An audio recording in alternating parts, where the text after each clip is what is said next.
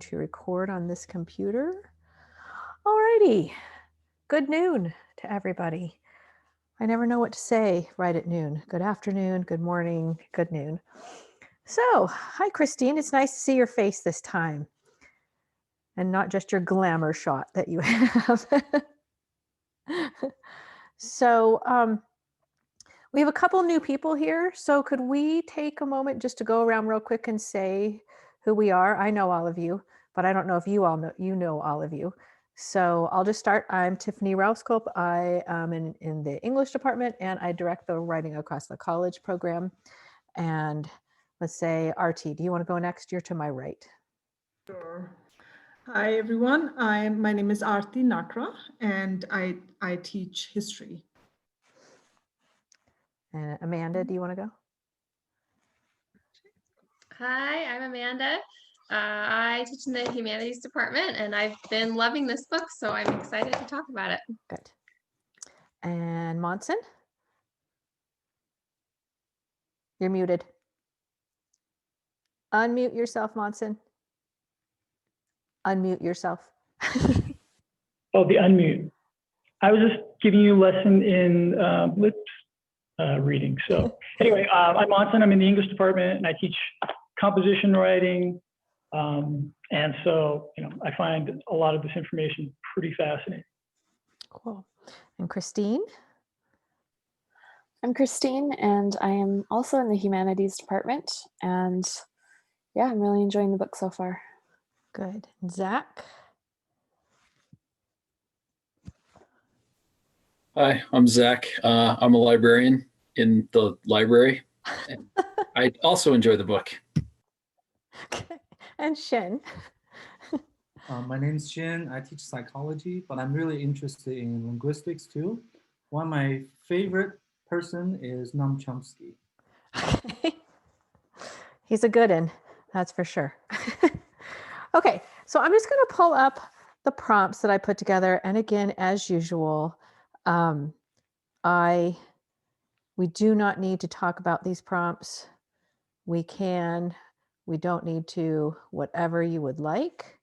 I just had 3. I kind of love these chapters because I learned so much in them because I am a semi-internet person, not a full internet person or a young internet person. So some of these things I'm just like, okay, so that's what that means. So the first question is basically looking at the distinction that McCulloch is putting together about formal and informal writing, and that the internet has made visible informal writing, and that we can all look at and critique. Whereas previously informal writing circulated either just privately in notes, like grocery notes or something like that, or letters, or they circulated in very limited spheres. And so the question is, imagine your informal writing, such as notes, journal entries, letters, shopping lists, displayed publicly. How different would it be from what you see on the internet? I keep thinking of Artie, and because I know that Artie talks about that she doesn't use this type of writing, but I want to ask Artie if she's in a moment, like, have you ever done post-it notes? Like, have you ever left notes for your husband or your son or anything like that? And then, so go ahead. Yeah, let's ask you now. You're muted. There we go. Okay. So, Tiffany, I was reading that, in terms of my informal writing and what I literally write in my shopping list and something. And I was looking back on my shopping list, which most of the time, I want to say not all, but most of the time I still carry a paper with me. Yes, I don't me too. use my phone. And in that, I still have, the list that I have, it'll be capitalized. So like I'll have milk with a capital M and an ILK, and I don't use shorthand. So even though Wow. even though I am the one who is shopping, it's my list. I can just, but I still, I'm just not used to writing, to scribbling something and thinking that, well, it's for me and I know what it means. So even in my informal writing, I feel I'm a little formal. I'm not.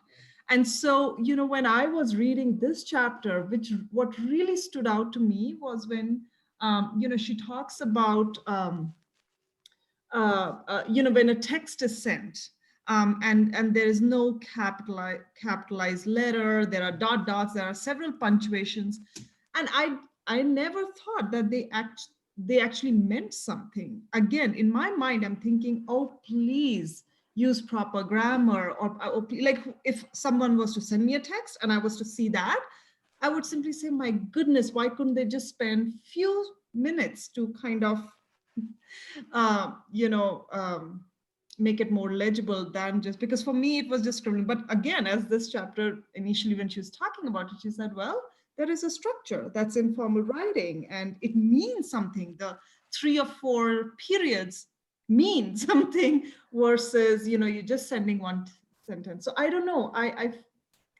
I'm very formal, I guess, when it comes to writing. Okay, let me run through the other questions and then we'll just, I've got a follow up for that, but then let's just run through and then I just want to open it up to everybody. So the second one, what just sort of gets at is about McCulloch revealing the typographic patterns used to express emotion, because writing is disembodied. And so informal writing often has emotion in it. And so there's all these different ways to illustrate emotion. And so a question is, what typographic or illustrative markings do you use to express emotion in your writing?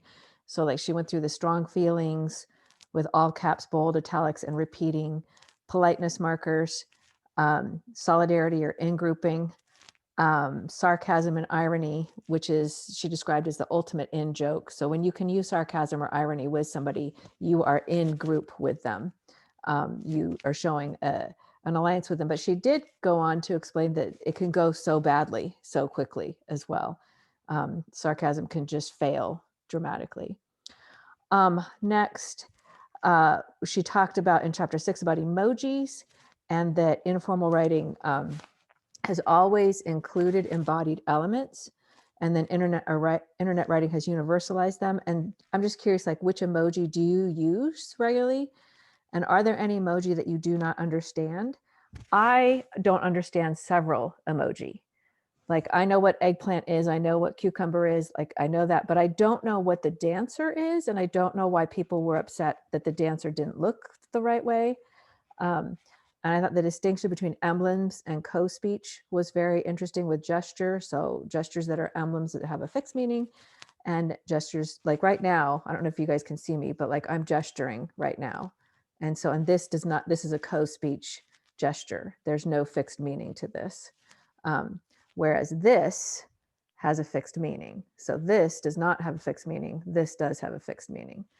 And then the last one gets to the questions that we sort of talked about a little bit last week about, I just love this. Even as mental states have gotten more deep and subtle in literature and informal writing, we've kept essays around as a formal genre for other purposes. No one is writing in a formal context. OMGGG, WTF, the mitochondria is the powerhouse of the cell, crying. So like nobody's writing that. And do you find this to be an accurate analysis of how students use writing? Do they flip between informal and formal genres well, or are they mixing formal and informal? And is that what's irritating? And then I also went and looked up links to all of the AS, I don't know what this is called. I don't know what the shorthand for this is, but all of the art links and the, I don't think I spelled that right. I can't even say this. The Japanese version of the emoticons, and then the Unicode emoji link that has, I didn't realize this either, that all emoticons are regulated by this body. And so, so where do you guys want to go? Where do you want to go with this? I had a follow up with Artie, but then I forgot it as I was going through this. Well, I'll just throw this in. One thing that's interesting, even though I teach writing, I tend to be pretty informal. And I think that stems from my background as a poet. And I kind of lean into the school of the E.E. Cummings. I was always enamored with his lowercase writing. And so I have this really weird juxtaposition when I'm writing notes on a whiteboard or taking notes. I use all caps. And then transversely, when I'm using text messaging or sending emails or things like that, I lean more into all lowercase. And then I also take a lot of flexibility with punctuation. I use ellipsis and I use tildes as punctuation markers. Mm-hmm. And I think I like that just because it has, you know, a visual connection. So it gives me, in the world of our very static text, online text, it gives me a readily identifiable visual format that people can go, oh, this must be coming from Monson because it has this unique punctuation format. And so I think as part of an expression as a poet, I've adopted some of these unique punctuation techniques. But they work as, you know, just pauses for like, oh, now I'm going to share this bit of information. Mm-hmm. So, well, look at you know, Monson's name. Can you guys see Monson's name? So he has sparkle punctuation and all lowercase for his name. And so interestingly, so, you know, Shin, and if you look at like Shin has Shin Zhao, comma, psychology, and RT and Zach and I and Christine and Amanda are all the same, but Monson's using sparkle punctuation and intentionally low, minimalist typography. So interesting that you bring that up with the poet in you is already practicing this type of embodied typography. yeah.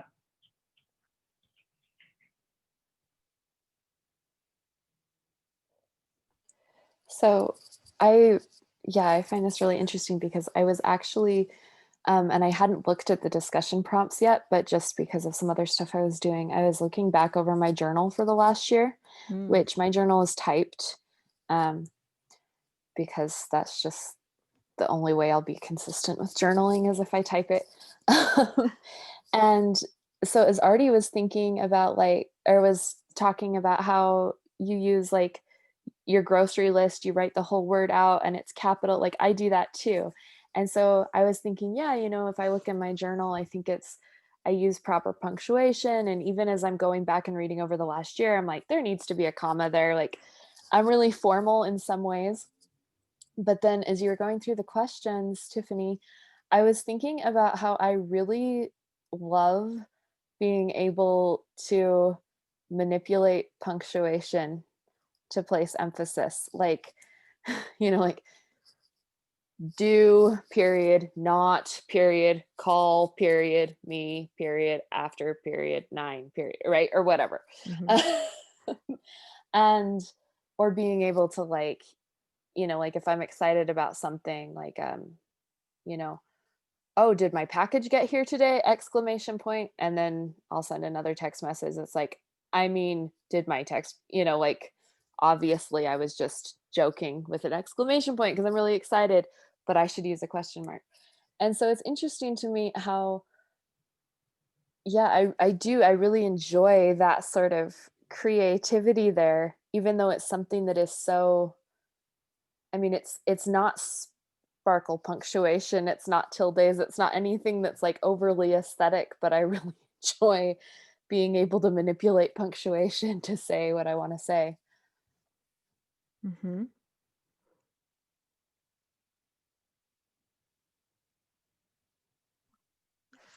Can I ask a question? Of course.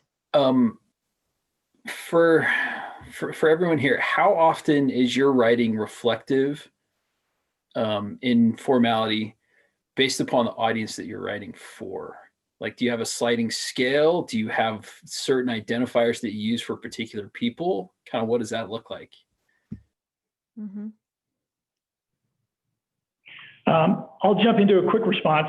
Since mine tends to be pretty unique, I will, in initial contacts with people, I'll use a more formalized structure. But once I've set up a rapport with someone, then I go full tilt into my very informal form of writing.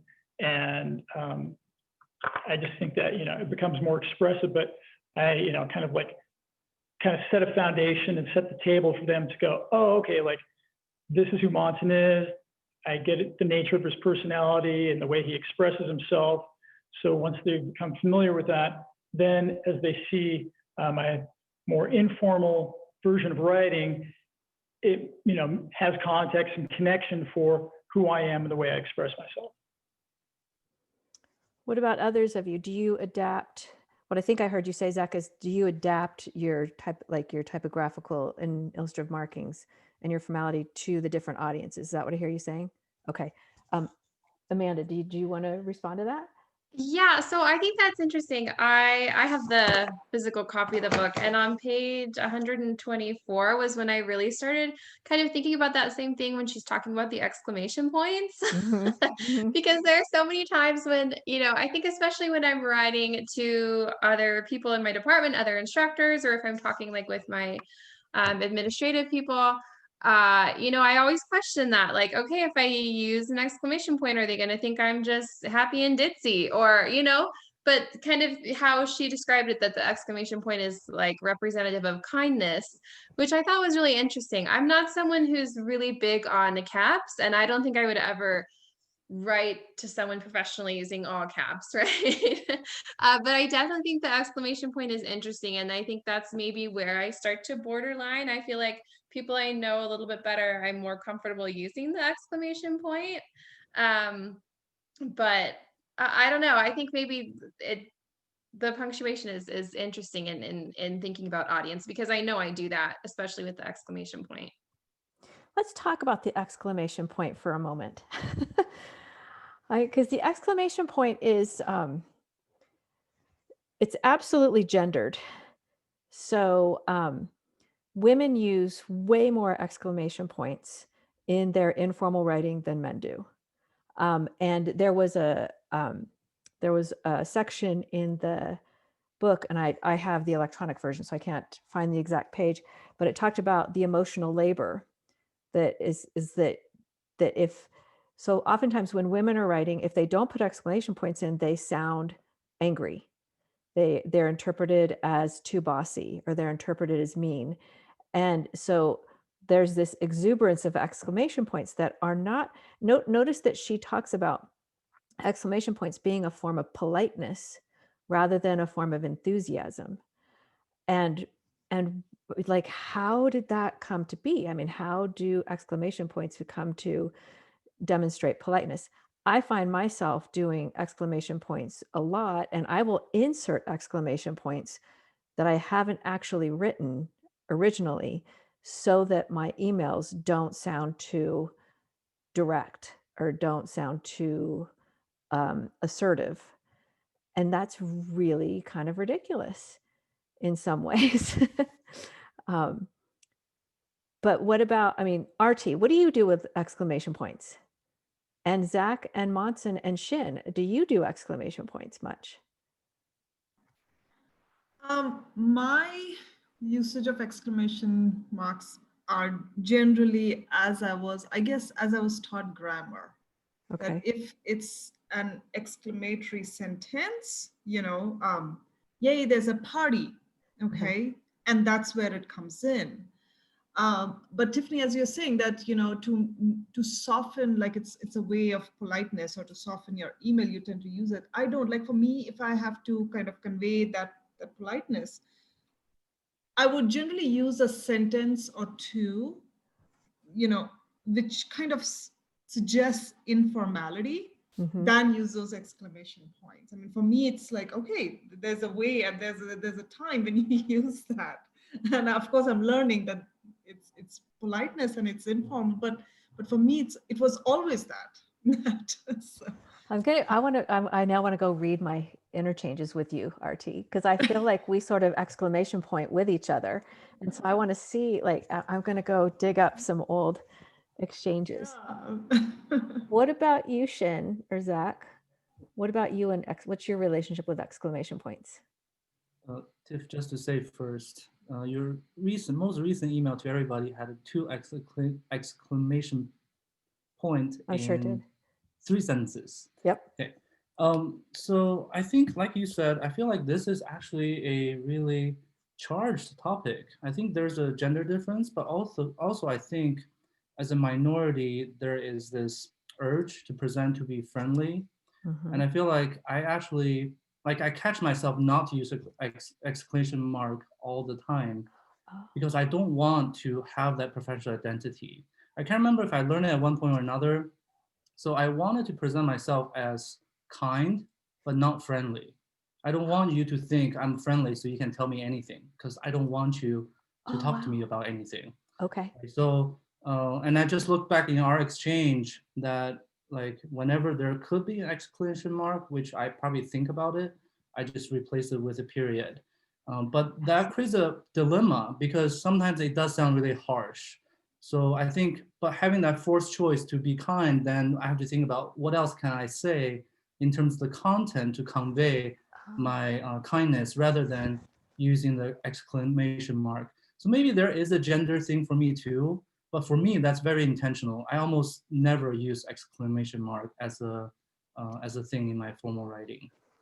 That's fascinating. And what do you see as the distinction between kind and friendly? Kind has more to do with my behavior. Right? Friendly is just what I say.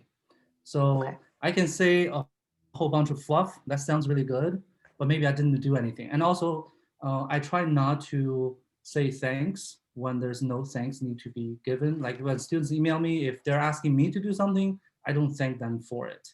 But I did it for them. That's my kindness, right? But I don't have to appear to be friendly to do that. At least that's how I interpret it. Yeah, that's interesting. What about you, Zach? So I tend to use exclamation points, kind of back to what I was talking about earlier, as reflective of who I'm writing to. Some people that I work with, they're very formal communication, so I tend not to use it. Other people, we've kind of developed a rapport where we can be a little bit more friendly, more engaging. I tend to use them more there. It's almost kind of like starting off, relatively formal till I get to know someone, and then kind of reflectively identifying how they communicate, what their personality type is. But a lot of times it's almost like shifting into like business casual. It's not full on casual communication, but it's not quite like really refined, detailed professional writing. So it's kind of a weird balance between the two. Interesting. Other people want to say anything about the politeness features? Well, it's interesting because I use exclamation points pretty liberally. In fact, I would think there's probably not a text or an email or an announcement. And even just like, with students, I'll throw exclamation points in. And I only use them maybe once or twice, but they're used to convey either connection, so with an emotional response. So, students are experiencing hardship because of COVID and they've had the quarantine and they've had all this stuff, then I'll be like, oh, wow, that seems so tough. Everything's so crazy right now. Exclamation point. Like, yeah, I get it. Like there's a lot of stuff. Like, wow, like you must feel overwhelmed. That's a lot. Or to bring up points in the concepts and principles that I want emphasize, that I want them to feel enthused about, or a sense of positivity about this next project or this next theme or idea, then I'll inject an exclamation point, say, hey, this is going to be great. This is something interesting. And so I feel for me, I use exclamation points to build connection and rapport and even develop a level of acceptance for my students in, personal experiences that they've shared with me. Cool. Amanda or Christine, do you want to chime in on this? I'll say that I really liked business casual, Zach. I'm going to remember that because I think that's really accurate for me as well. Something I've noticed is that I will try to limit exclamation points if I'm trying to project gravitas. So if I'm writing a serious email to someone like a student, then I'm definitely going to make sure that that, yeah, I'm not too chipper about it. Or like I just recently, I'm going to be writing my dissertation soon. And so I just recently approached someone to be my chair. That email was very, very formal. Definitely, you know, thank you, comma, not, or period, not thanks. And so, yeah, there's definitely a shift in tone. And I don't necessarily think it has to be polite or impolite, but for me, there is sort of that leveling of, okay, now we're on a more serious level. Well, and kind of Yeah, going that back actually to brings, oh, sorry, Amanda. That brings one point. Let's have Amanda. Amanda, why don't you go ahead, and then you, Monson, okay? Okay. Well, so I was just thinking, kind of what other people have said. I feel like when we're looking at student writing, of all of the crossovers in these different categories, I feel like I encountered the exclamation point. And for me, kind of similar to Artie, I don't think I would ever use it in an academic paper. So I'm always a little bit surprised when I get the exclamation point in formal writing samples from students. But I feel like of all of these other categories, that's the one that crosses over the most. That's all. That's interesting. That's interesting. Go ahead, Monson. Oh, well, I was going to say, you know, an interesting counterpoint to the exclamation point is, you know, it can also bear a heavier weight of gravitas. So if you're, you know, trying to express something, you're like, oh, hey, here's the due date, exclamation point, or all caps, or, and I tend to like leave it out of those type of comments. So I want the exclamation point to, you know, represent, once again, that connection, that enthusiasm, that positivity. So I never used it in mixed context, because some people will, you know, use it as a point of emphasis, like, oh, hey, right now, this is important. Yeah. So what do you all think about, one thing I felt was interesting was this idea of minimalism. So minimalistic typography being used, that it actually takes more effort now with predictive texting and with predictive capitalization. It actually takes more effort for somebody to remove capitalization and to not include punctuation. I found that very interesting, and I'm not really sure what I think about it, because this is something that I find most, I don't know if it's irritating, it's most intrusive to me in student emails, student writing. Like it typically occurs for me in student discussion posts and student emails. And so, but it makes so much more sense to me now why students are writing in these ways in discussion posts and in emails, because they're cross, for them, when they're engaging in a discussion post, it's similar to when they are interacting with each other on Instagram or Snapchat or something like that. And they're just not making that move into that business casual form of writing. It's like there's formal and then there's informal, and we're asking them to do this hybrid of the two of them in those spheres. And it's hard to know how to teach them how to do that.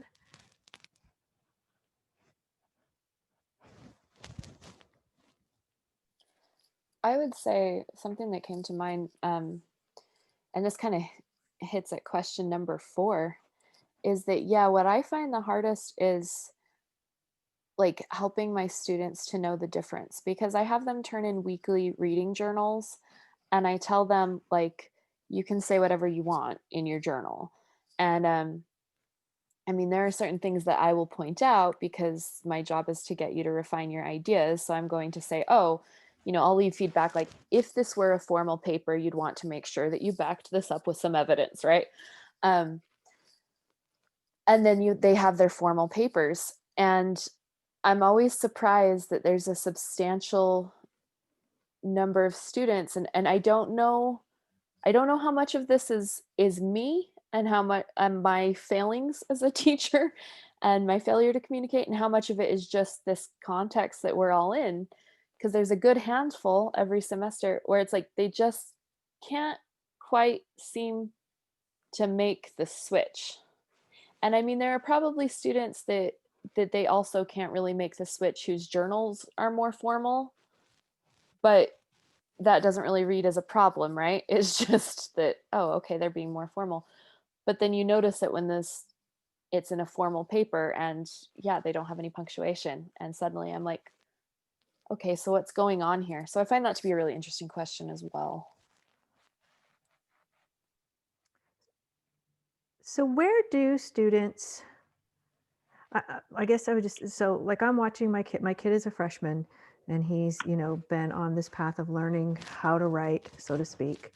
And it's been interesting trying to help him learn how to write formally. And so like how do we absorb what is the formal discourse and what it looks like and what it, you know, what it looks like and what it includes and what is informal? And then how do we teach students, or how do we help them understand what is that hybrid discourse as well? It's like we sort of get it through a form of osmosis, but it's very difficult to explain exactly what it is. Yeah, that's kind of interesting because I find that my students, and I don't know that I'm like directly teaching this, but I see kind of 3 forms of writing from them. So in the chats and, you know, Padlet comments, things like that, they're definitely, you know, very informal, but, you know, they're just quick forms of communication that they're sharing with each other. And, you know, I tend to embrace that because I try and create a very, you know, shared learning community experience. And so them expressing themselves in that way builds confidence and allows them to kind of freely connect with one another. And so, you know, I feel like, you know, that's like, hey, you know what, don't worry about how you're saying something. Just, you know, share what you think and like, let them know, like, you know, oh, that was great, or, you know, whatever it is. And then the next level I find is I have them do a series of kind of low-key exploratory writing pieces that are just kind of setups for their bigger essays to kind of help them formulate ideas and concepts. And as they're structuring those, they know that they're just kind of playing around with things.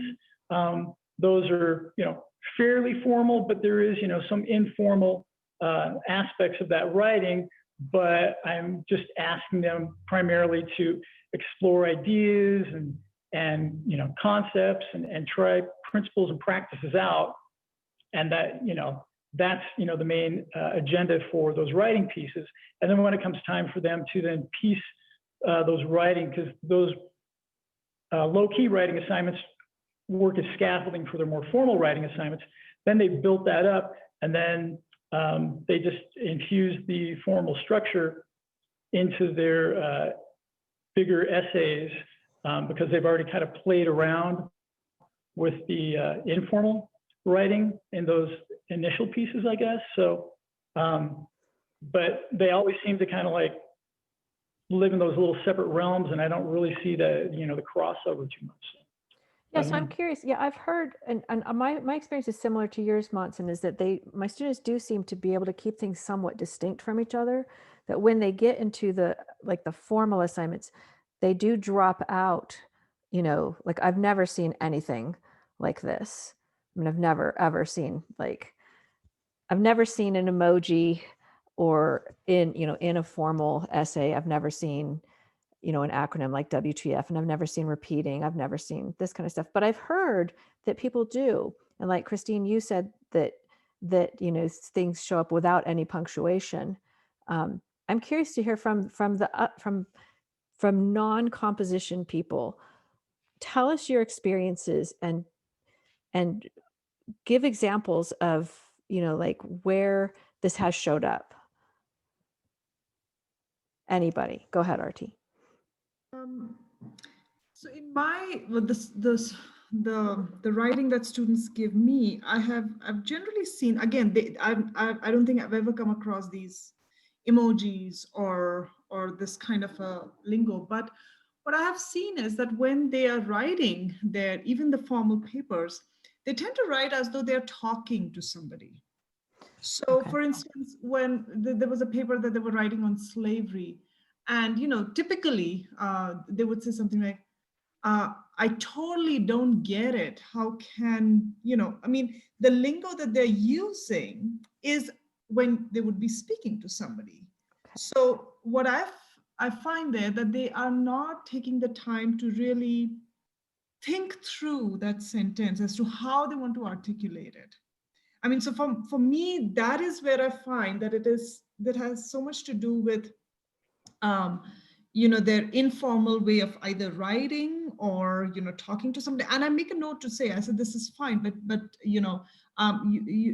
in academic papers, or you avoid using colloquial language, or they'll use words which you typically wouldn't put it in this. So that is something that I kind of have to juggle with student writing, that kind of informality. And how many times they would use words like. In one sentence, there'll be 2 likes, and that's how they're speaking. I mean, I see that when my son, although he's in grade 4, but when he's writing these short paragraphs, there are so many likes, and I kind of tell him, I said, why are you putting this? This is when you're talking to somebody, but you think about your sentence that you are actually writing down. You don't need so many likes in it, So those are the things that I find in student papers. I just highlighted one of the lines from the book. Writing is a technology that removes the body from the language.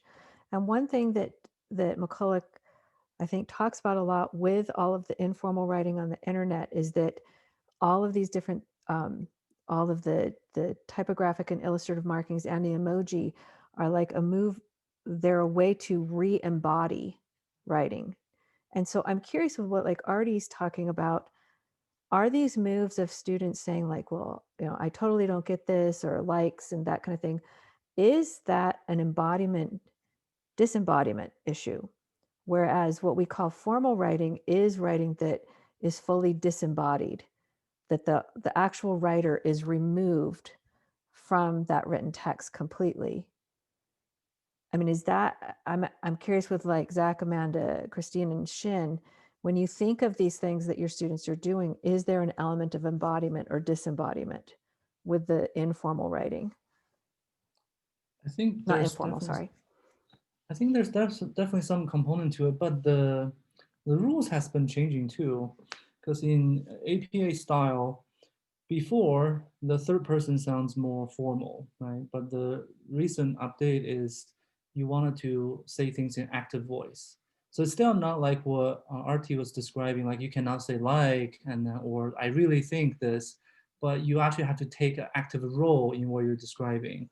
So that sounds very different, because when you're actively describing something, I do put myself in the writing. Whereas the traditional formal writing we learn, like I'm not part of the writing. It's just me describing it. So I don't know. I feel like students are confused about this. I feel like I'm confused about this because the expectations change. So I don't know if there's a perfect formula. There is not a perfect formula. There is not. But it's interesting. So like, because Shin, the grant proposal that we were just sharing back and forth, you were embodied in that writing, and I disembodied it. A lot because the grant genre wants a disembodied author, and I just thought of that right now, because a lot of the things I changed on it was you had I will do this, I will do that, and I took all that out. Okay. So I'm sorry, I'm being excited about this embodied disembodied distinction right now. Other people, I'll shut up.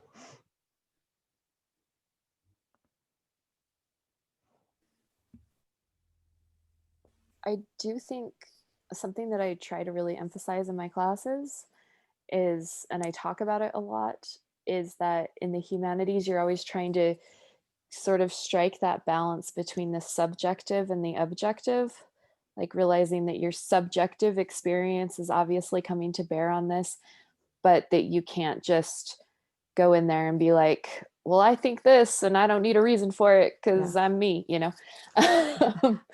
And I do think that that probably, I mean, that's challenging. That's challenging for all of us anyway, I think. And so, but I think that that probably does play into this embodied, disembodied thing, because when you're trying to write something that's extremely, I mean, the more objective it gets, the more disembodied it's going to be, right? And if there is some sort of maybe resistance to that, well, I don't want to take myself completely out of this writing, then I wonder if that could creep back in with, so I'm going to say it's like totally horrible that slavery, you know, or whatever. Yeah. Amanda or Zach?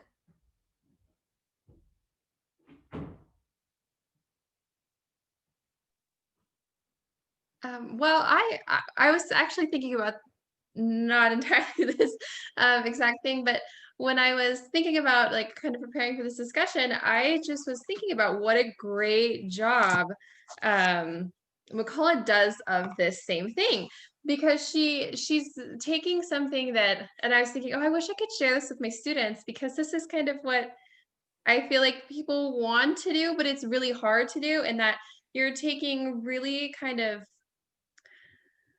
abstract or academic kind of text, right? But then the way that she, and I even, sorry, I'm jumping around a lot here, but the first question about how you use informal writing, like your notes and everything, when I annotate a text, if there's something that I want to go back to or a question, I just put big question marks, or I'll put a heart. This one I have LOL in here because she's talking about the verbalizing punctuation, and she uses inconceivable, of course, from The Princess Bride. But I thought what she does works so well, and that's really hard to do, because I feel like she has a really good blend of like this embodied voice throughout her text. And so I was thinking about it, like, how is she creating this? I don't know. It's just something I was thinking about, but it's really hard to do. And I think especially when you're teaching your students, which is why I was thinking, oh, it'd be great if I could share a chapter of this with them, right? Because you have to know, again, kind of goes back to knowing your audience. She kind of knows who most likely will pick up this book and kind of their general context and knowledge of the subject, but she knows exactly when she needs to go into specific detail and kind of remove her bodied self, right? And then when she can kind of bring it back and be playful. So I don't know. I think she does a great job of it, though. She really does. She moves in and out. So one thing reading this that kind of struck me, and relating to what Amanda was saying with how this book is written and the conversation around bodied versus disembodied, is the act of being a reader in relation to being a writer. And there's not a lot of conversation around that. And I think one of the things, just looking at what students tend to read in the library, what they choose to read versus what they have to read, I don't think there's a lot of exposure where students spend a lot of time reading disembodied type of texts, all those different types of genres. So if they're not seeing it, they're not internalizing it, they're not recognizing it as that there are hundreds of different genres that are expected to be disembodied. Mm-hmm.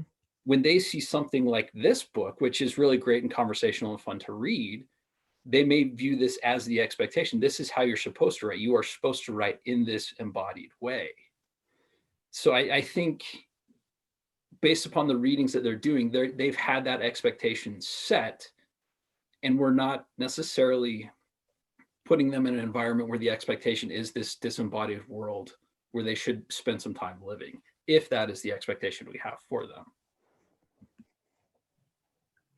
Yeah, I think that's actually really interesting, because I think it is the expectation that kind of will drive certain types of writing. And I think coming from the world of being a composition educator, students go into that practice and that coursework understanding like, oh, I'm going to be learning about, this aspect of communicating. And I think in other coursework, maybe there isn't as much opportunity for this, but I think there is a big benefit to creating low key, low risk writing assignments that build up as a framework to maybe a different or differentiated writing experience that you want to see, maybe a more formal or more processed writing piece from a student.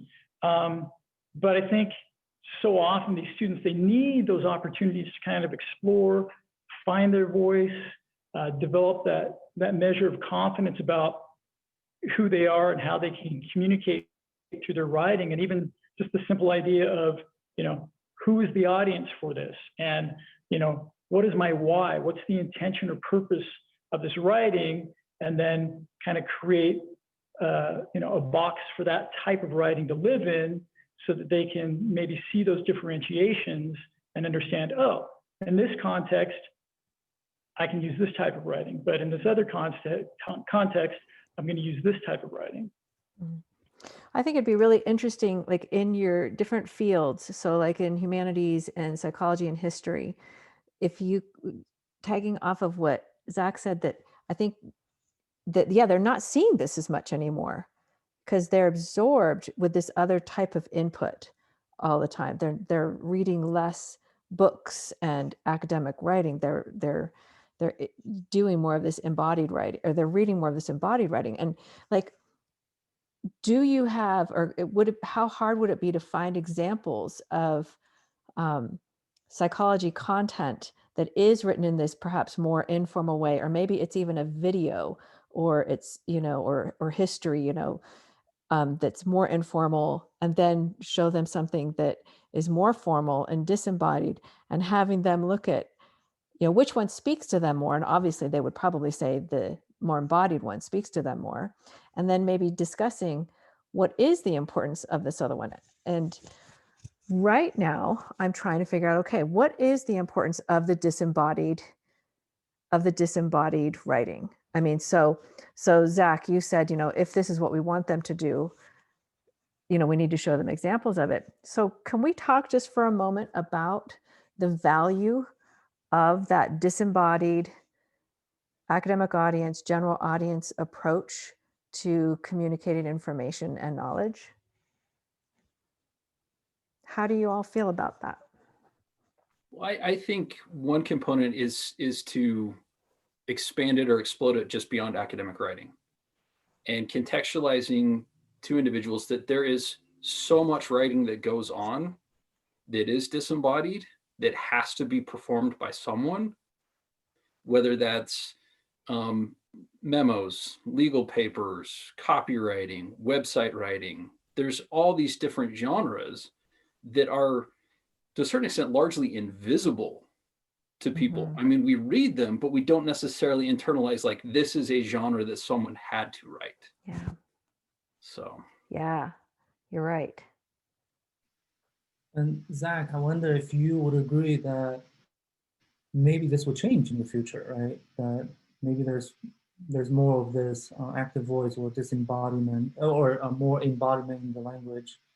Because it reminded me, I listened to a podcast by Stephen Levitt. So he's an economist, right? But he's really good at doing research. But what he said was, when he does a really good research, at most, like 100, maybe 200 people sees it. That's how many people cite it. But then he realized when he wrote the book, Freakonomics, then everybody reads it, right? So then he realizes it's more effective to speak everybody's language. And then that's why he wanted to do podcasts, because that's how he's gonna show people the research that really is meaningful. But if you have to transform to an objective language, then you're already creating a barrier where then in order to access that language, everybody has to go to that route too. So are we like inventing something ourselves, trying to make us feel like we're elitist? Is that why we have academic writing? So as you were saying that, Zach, I'm just wondering, like, maybe that will change in the future. I don't know. Christine? I do think, yeah, I think there's a lot to be said for what Xin just said. I think that's really important. I think, and again, this could just be my own disciplinary bias, but I feel like what I am always navigating with my students is they tend to go too far in one direction or the other, where it's like they're able to write something that's just fine. You know, I mean, there's nothing wrong with their writing, but I can tell they're not engaged in the material. There's no self there. There's no subjectivity. There's no body that is actually working with this material and engaging with it and having some sort of response. And so it's like, I feel like with those students, it's like I have to pull the body back in. And then other students, it's, and again, I think it's primarily just the kind of material we're studying, but you know, there's this, well, but I feel like, I'm just going to pick on Artie's slavery example. Hope that's okay. You know, I feel like this is horrible and I shouldn't have to think about this stuff. And it's like, in that case, there needs to be a little bit more separating your feelings from it. Not that those feelings aren't valid. I hope that you're having that sort of response to something like slavery, but also how do we look at this from a more objective, detached perspective so that we can understand it? And I think that's something that sort of disembodied academic, you don't know anything about the person that's writing it kind of writing can give us, is at least it offers a different perspective where it's not just being in the thick of it, I guess. I don't know if I articulated that very well, but I think they're both really important. You did.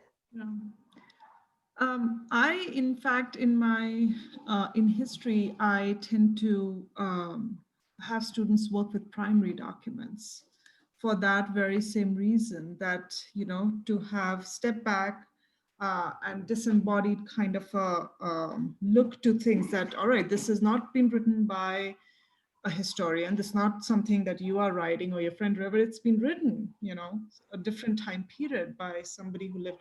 So it kind of gives them, I mean, I'm hoping that they kind of take out their emotions and whatever it is, but just look at it, you know, as I would say, that this is how a historian would try to understand history of that time period and then objectively write in an unbiased way. So you're not putting your emotions there. You have to, you know, step back and just simply look at it as a document that's been written by somebody else, and how are you going to analyze it?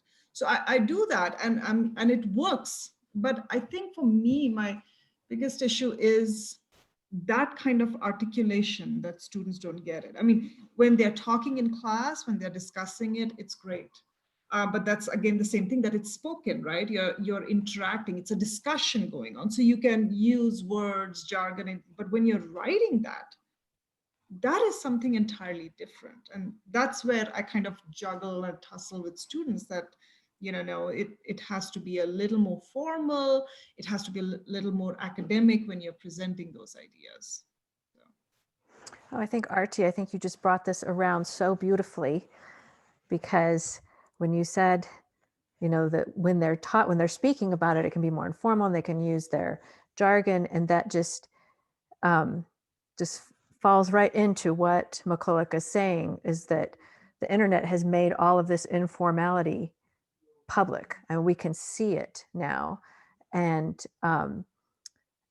when you were saying, Artie, about that with the formal writing, you have to pull the emotion back, you know, and not include the emotion in this. And what McCulloch is talking about is that all of these things in these two chapters are about putting the emotion in, and you know, that, and putting the feelings and that, and I think that's, and the gestures and the physicality of it. That was really nice, Artie. Well, so I want to respect your time. We've got 4 more minutes. Is there anything that you want to bring up about this? I gave you these links because they are very interesting to look at, all the different types of ASCII art and Kamoji art. But anything else you wanted to mention about these 2 chapters before we wrap up?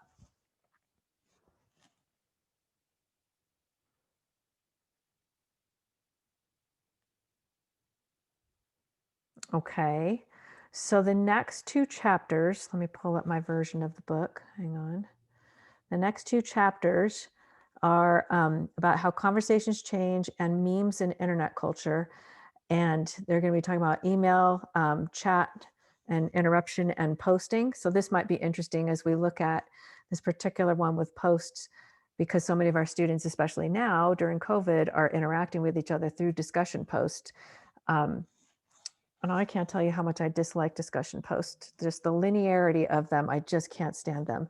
So this will be interesting. And this one gets on memes and internet culture in general.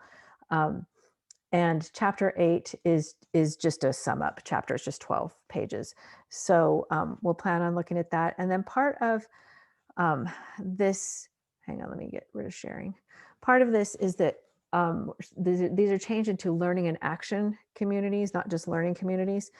And so one question I'm going to be asking you for during the last session is just what's one thing or two things you're going to take from this book and apply to your teaching.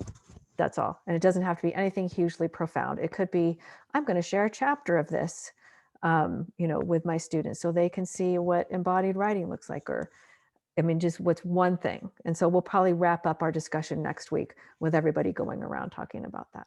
Okay. Any questions or any thoughts? And Shin, you're feeling okay after that tuna? Okay, good. Okay. Okay, good. So I will see you all in 2 weeks. If you want to review this at all, I'm going to throw this recording up there, but thank you so much. And thank you for reading this book. I'm having so much fun reading it again. And so thank you for being on this ride. Okay, we'll see you in 2 weeks. Thank you, everyone. Bye. Thank you. Bye.